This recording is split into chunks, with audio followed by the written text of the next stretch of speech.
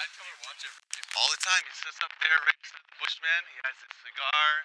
It's always good looking up after. When I'm at third base there, seeing him up there. Dad gives me the salute with the cigar. Enjoying his life, you know.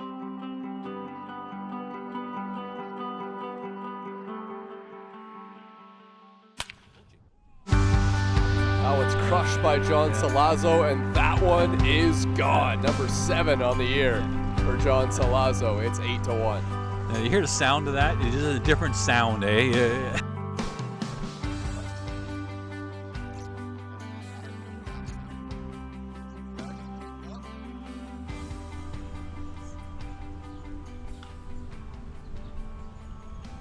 Hit on the ground, long throw to first. Good play by John Solazzo, and that will do it. So the bottom of the 6th we go, 8-1 Toronto. It's 3 wins in a row for the Toronto Maple Leafs.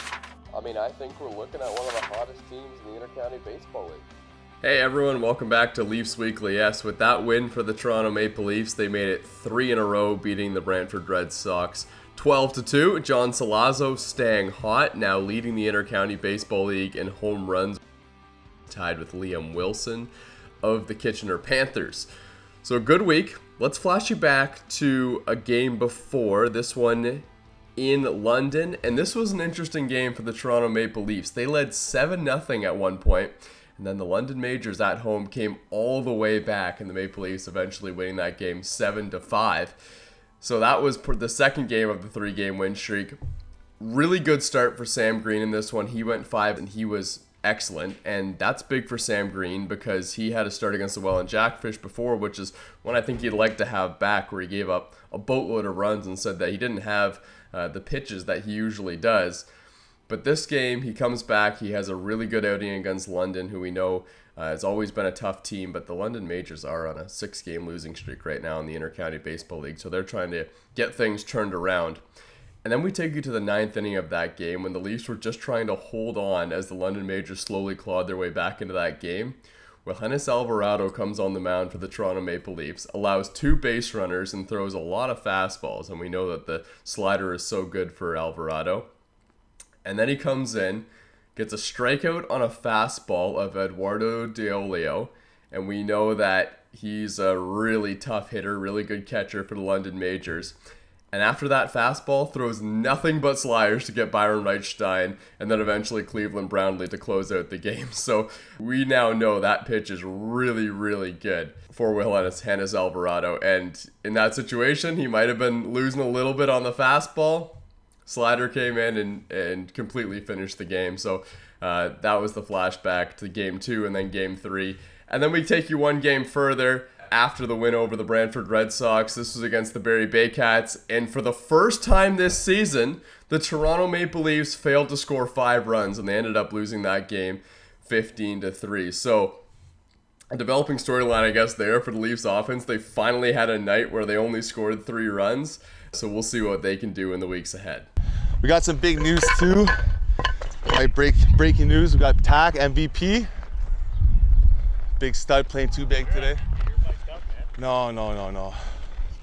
Lineup's getting deep. This would be dangerous. Yeah, I could listen to John Solazzo have a mic on. We should always... Wait. Who's playing second base? TAC MVP. Garrett Takamatsu, IBL MVP, is back with the Toronto Maple Leafs. We need to bring in Jeff Lounsbury to talk about this right now. Jeff? So basically, we saw Garrett the other day. We've been in contact with Garrett like through the whole process. And, he's like, I'm trying to play pro and see how my injury goes and stuff like that. And then I saw him in our dugout the other day in Hamilton. He was visiting the players and visiting the guys, so I knew he was back. If his knee holds out, and he may go back to Quebec, he may go back to the Frontier League. We want to support him in that, of course. And if it doesn't, then we get, one of the best second basemen and one of the best hitters in the league back in our lineup. And we're glad to take whatever we can get. Yeah, so that'll be an interesting situation to see what happens with Garrett Takamatsu. I mean, he is playing professional baseball in the Frontier League, but right now with the Toronto Maple Leafs, and we don't know whether he's going to stay for the whole season or whether he's going to go. In fact, I don't even know if Garrett knows that at this point yet.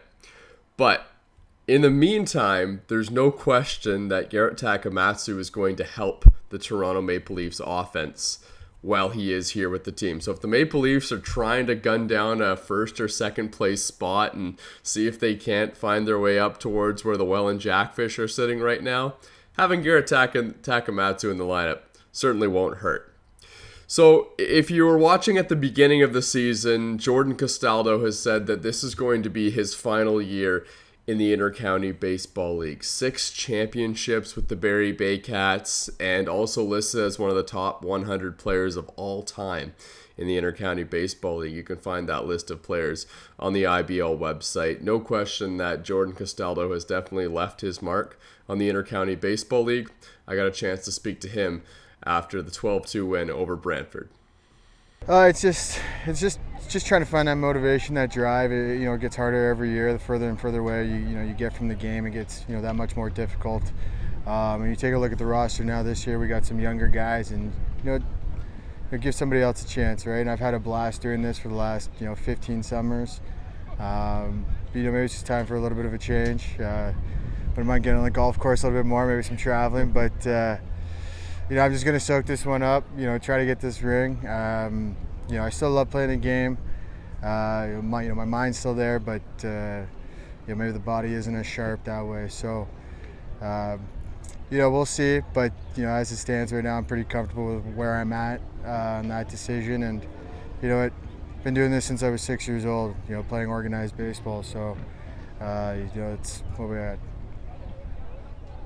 28 years doing it, right? So it's a long time, right? So a lot of miles on the body too. So, but we'll see. We'll obviously reevaluate, but pretty sure this will be the last one. Yeah. Well, before you hit the links, is there any motivation to try and win a championship in your final year? Oh, absolutely. That's the main goal. That's the entire reason I'm back here, right? That's the only reason I'm back here is trying to win a ring. Obviously I know how special it is, winning the 6 times in Barrie, but I get kind of those nervous butterflies just thinking about what it might be like here with these guys. So, everybody works hard. We got a lot of gamers. These guys deserve it. And I certainly want them to experience, what I was able to experience up in Barrie for all those years.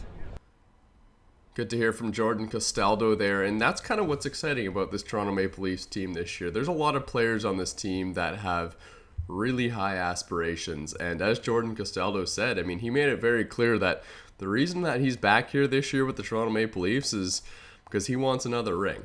So it'll be fun to watch what happens with this Maple Leafs team. We know that they got the bats. We know that they got some pitching as well. It'll just be a matter of can they catch this Welland Jackfish team or the Barrie Baycats team. Those seem to be the two main competitors right now. Okay, let's take a look at the week ahead for the Toronto Maple Leafs.